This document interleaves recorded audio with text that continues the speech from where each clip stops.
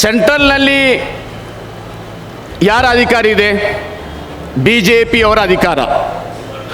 BJP ಅವರು ಸೆಂಟ್ರಲ್ನಲ್ಲಿ 12 ವರ್ಷದಿಂದ ಆಡಳಿತ ನಡೆಸ್ತಾ ಇದ್ದಾರೆ. ಈ 12 ವರ್ಷದೊಳಗೆ ಎಷ್ಟು ನುಸುಳಿಕರರು ನಮ್ಮ ದೇಶದಲ್ಲಿ ಬಂದಿದ್ದಾರೆ ಎಂಬುದು ಪಟ್ಟಿ ಬಿಡುಗಡೆ ಮಾಡಬೇಕು. SIR ನಡೆದಿತ್ತಲ್ವಾ ಬಿಹಾರ್ನಲ್ಲಿ, 65 ಲಕ್ಷ ಜನರ ಹೆಸರನ್ನು ವೋಟರ್ ಲಿಸ್ಟಿಂದ ತೆಗೆದು ಹಾಕಿದಾಗ ಅವರು ಹೇಳ್ತಾ ಇರುವುದೇನು ಗೊತ್ತಾ? ಅದರಲ್ಲಿ 23 ಲಕ್ಷ ಜನರು ಸತ್ತು ಹೋಗಿದ್ದಾರೆ ಅಂಥೇಳಿ.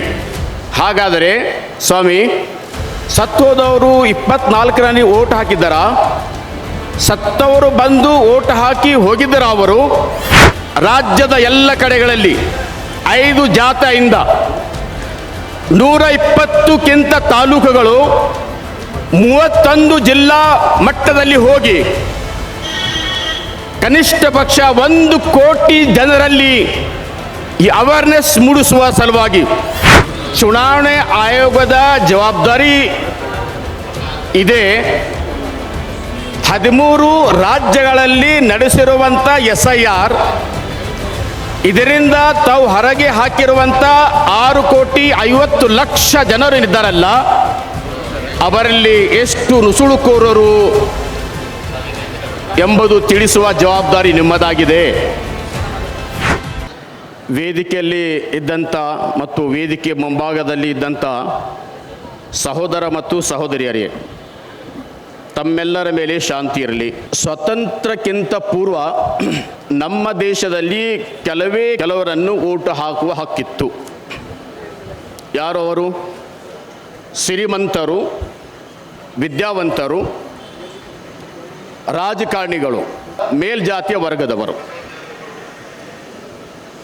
ಬ್ರಿಟಿಷರ ವಿರುದ್ಧ ನಾವೆಲ್ಲರೂ ಹೋರಾಡಿ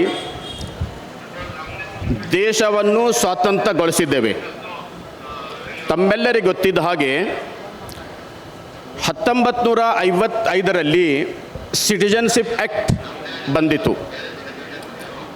ಆವಾಗ ವೋಟರ್ ಲಿಸ್ಟ್ ಏನು ಮಾಡಿದರಲ್ಲ, ವೋಟ್ ಹಾಕುವರ ಸಂಖ್ಯೆ 17,32,00,000 1955ರಲ್ಲಿ. ಈಗ ತಾನೇ 24ರಂದು ಒಂದು ಎಲೆಕ್ಷನ್ನು ನಡೆಸಿದ್ದೇವೆ, MP ಎಲೆಕ್ಷನ್. ಆವಾಗ ನಮ್ಮ ರಾಷ್ಟ್ರದಲ್ಲಿ ವೋಟ್ ಹಾಕುವರ ಸಂಖ್ಯೆ ಕನಿಷ್ಠ ಪಕ್ಷ 100 ಕೋಟಿ. 2024ರಲ್ಲಿ ನಮ್ಮ ಓಟನ್ನು ತೆಗೆದುಕೊಂಡು ಪಾರ್ಲಿಮೆಂಟನ್ನು ರಚಿಸಿ ಪ್ರಧಾನಮಂತ್ರಿ ಮತ್ತು ಎಲ್ಲ ಮಂತ್ರಿಗಳು ಆದಾಗ 2025ರಲ್ಲಿ ಚುನಾವಣೆ ಆಯೋಗವನ್ನು ತನ್ನ ಪುಟ್ಟಿಯಲ್ಲಿ ಹಾಕಿಕೊಂಡು ಘೋಷಣೆ ಮಾಡಿದ್ದು SIR ಅಂಥೇಳಿ.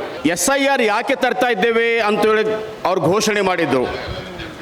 ವೋಟರ್ ಲಿಸ್ಟನ್ನು ಸ್ವಚ್ಛತೆಗೊಳಿಸುತ್ತೇವೆ, ಅದೇ ರೀತಿಯಾಗಿ ನುಸುಳುಕೋರರನ್ನು ನಾವು ಹೊರಗೆ ಹಾಕುತ್ತೇವೆ ಎಂದು ಹೇಳಿದರು.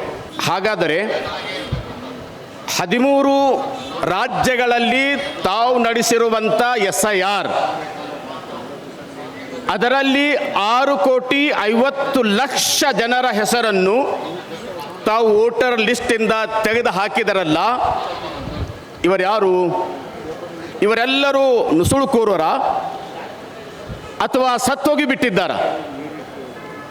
ಹಾಗಾದರೆ ಚುನಾವಣೆ ಆಯೋಗದ ಜವಾಬ್ದಾರಿ ಇದೆ. 13 ರಾಜ್ಯಗಳಲ್ಲಿ ನಡೆಸಿರುವಂಥ SIR, ಇದರಿಂದ ತಾವು ಹೊರಗೆ ಹಾಕಿರುವಂಥ 6,50,00,000 ಜನರು ಇದ್ದಾರಲ್ಲ, ಅವರಲ್ಲಿ ಎಷ್ಟು ನುಸುಳುಕೋರರು ಎಂಬುದು ತಿಳಿಸುವ ಜವಾಬ್ದಾರಿ ನಿಮ್ಮದಾಗಿದೆ. ಅದೇ ರೀತಿಯಾಗಿ SIR ನಡೆದಿತ್ತಲ್ವಾ ಬಿಹಾರ್ನಲ್ಲಿ, 65 ಲಕ್ಷ ಜನರ ಹೆಸರನ್ನು ವೋಟರ್ ಲಿಸ್ಟಿಂದ ತೆಗೆದು ಹಾಕಿದಾಗ ಅವರು ಹೇಳ್ತಾ ಇರುವುದೇನು ಗೊತ್ತಾ? ಅದರಲ್ಲಿ 23 ಲಕ್ಷ ಜನರು ಸತ್ತು ಹೋಗಿದ್ದಾರೆ ಅಂಥೇಳಿ. ಹಾಗಾದರೆ ಸ್ವಾಮಿ, ಸತ್ತೋದವರು 24ರಲ್ಲಿ ಓಟ್ ಹಾಕಿದ್ದಾರ? ಸತ್ತವರು ಬಂದು ಓಟ್ ಹಾಕಿ ಹೋಗಿದ್ದರ? ಅವರು ತಾವು ಹೇಳಿರುವಂತೆ 13 ರಾಜ್ಯಗಳಲ್ಲಿ ಇಷ್ಟೆಲ್ಲ ಜನಸಂಖ್ಯೆ ಇವರ ವೋಟ್ ಲಿಸ್ಟಿಂದ ತೆಗೆದು ಹಾಕಿದಾರಲ್ಲ, ಇವರು ಯಾರು ಅಂಥೇಳಿ ಈ ತಿಳಿಸುವ ಜವಾಬ್ದಾರಿ ಚುನಾವಣೆ ಆಯೋಗದಾಗಿದೆ. ಇನ್ನುವರೆಗೆ ಒಂದೇ ಒಂದು ಹೆಸರು, ನುಸುಳಿಕೋರರು ಎಂಬಂತೆ ಒಂದೇ ಒಂದು ಹೆಸರು ಅವರು ಇನ್ನುವರೆಗೆ ಕೊಡಲಿಲ್ಲ. ಹಾಗಾದರೆ ತಾವು ನಮ್ಮ ಜೊತೆಯಲ್ಲಿ ಯಾವ ರೀತಿಯಾಗಿ ಪರಿಗಣನೆ ಮಾಡ್ತಾ ಇದ್ದೀರಾ ಅಂತೇಳಿ ಒಂದು ಬಿಗ್ ಕ್ವಶನ್ ಆಗಿದೆ. 2025ರವರೆಗೆ ವೋಟರ್ ಲಿಸ್ಟ್ನಲ್ಲಿ ಯಾವುದೇ ದೂಷಣೆ, ಯಾವುದೇ ತೊಂದರೆ ಇರಲಿಲ್ಲ. ಆಕಸ್ಮಿಕವಾಗಿ ಹೇಗೆ ತೊಂದರೆ ಆಯಿತು ಎಂಬುದು ಚುನಾವಣೆ ಆಯೋಗವರು ತಿಳಿಸಬೇಕು ನಮ್ಮೆಲ್ಲರಿಗೆ. ತಾವು ಹೇಳ್ತಾ ಇದ್ದೀರಲ್ಲ, ಸೆಂಟ್ರಲ್ನಲ್ಲಿ ಯಾರ ಅಧಿಕಾರ ಇದೆ? BJP ಅವರ ಅಧಿಕಾರ. BJP ಅವರು ಸೆಂಟ್ರಲ್ನಲ್ಲಿ 12 ವರ್ಷದಿಂದ ಆಡಳಿತ ನಡೆಸ್ತಾ ಇದ್ದಾರೆ. ಈ 12 ವರ್ಷದೊಳಗೆ ಎಷ್ಟು ನುಸುಳಿಕರರು ನಮ್ಮ ದೇಶದಲ್ಲಿ ಬಂದಿದ್ದಾರೆ ಎಂಬುದು ಪಟ್ಟಿ ಬಿಡುಗಡೆ ಮಾಡಬೇಕು. ಈ ಜವಾಬ್ದಾರಿ ಯಾರದು? ನಮ್ಮ ಜವಾಬ್ದಾರಿ ಅದು. ಇದು ತಮ್ಮ ಜವಾಬ್ದಾರಿ ಆಗಿದೆ. ದೇಶದ ಹಿತ, ದೇಶದ ರಕ್ಷಣೆ ಕಾಪಾಡುವ ಜವಾಬ್ದಾರಿ ನಿಮ್ಮದಾಗಿದೆ. ಆದರೆ ಈ ಜವಾಬ್ದಾರಿಯನ್ನು ತಾವು ಯಾಕೆ ನಿರ್ವಹಿಸುತ್ತಿಲ್ಲ ಎಂಬುದು ಒಂದು ಕ್ವಶನ್ ನಮ್ಮದಾಗಿದೆ. ಸಹೋದರ ಮತ್ತು ಸಹೋದರಿಯರೇ, SIR ಇವಾಗ ಕರ್ನಾಟಕ ರಾಜ್ಯದಲ್ಲಿಯೂ ಕಾಲಿಟ್ಟಿದೆ. ಹಲವಾರು ಪ್ರಶ್ನೆಗಳು ನಮ್ಮ ಹತ್ರ ಇದೆ. 6 ತಿಂಗಳಿಂದ ಚುನಾವಣೆ ಆಯೋಗಕ್ಕೆ ಹಲವಾರು ಪ್ರಶ್ನೆ ನಾವು ಮಾಡ್ತಾ ಇದ್ದೇವೆ. ಆದರೆ ಇನ್ನೂವರೆಗೆ ಒಂದೇ ಒಂದು ಪ್ರಶ್ನೆಯ ಉತ್ತರ ಅವರು ಕೊಡ್ತಾ ಇಲ್ಲ. ಯಾಕೆ ಸ್ವಾಮಿ ಹೀಗೆ ನಮ್ಮ ಜಾರಿ ಮಾಡ್ತಾ ಇದ್ದಾರೆ ಎಂಬುದು ಅವ್ರು ಹೇಳಬೇಕು. ಇವಾಗ ರಾಜ್ಯದ ಎಲ್ಲ ಕಡೆಗಳಲ್ಲಿ 5 ಜಾಥಾದಿಂದ 120ಕ್ಕಿಂತ ತಾಲೂಕುಗಳು 31 ಜಿಲ್ಲಾ ಮಟ್ಟದಲ್ಲಿ ಹೋಗಿ ಕನಿಷ್ಠ ಪಕ್ಷ 1 ಕೋಟಿ ಜನರಲ್ಲಿ ಈ ಅವೇರ್ನೆಸ್ ಮೂಡಿಸುವ ಸಲುವಾಗಿ ಎದ್ದೇಳು ಕರ್ನಾಟಕ, ಜಾಗೃತ Karnataka, my vote my right, Karnataka Muslim ಮುತ್ತೈದ ಮಹಾಸ್, ಅದೇ ರೀತಿಯಾಗಿ ಬೇರೆ ಬೇರೆ ಎಲ್ಲ ಸಂಘಟನೆಗಳು ಸೇರಿ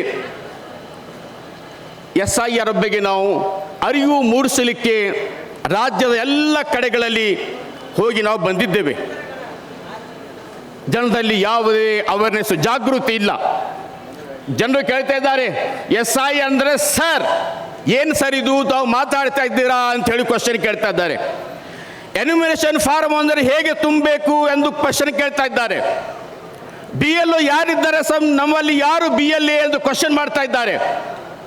ಚುನಾವಣೆ ಬಂದಾಗ ಚುನಾವಣೆ ಆಯೋಗ ಹಳ್ಳಿಗಳಲ್ಲಿ, ತಾಲೂಕು ಮಟ್ಟದಲ್ಲಿ, ಜಿಲ್ಲಾ ಮಟ್ಟದಲ್ಲಿ ಫಲಕ ಹಾಕುತ್ತಿದ್ದರು.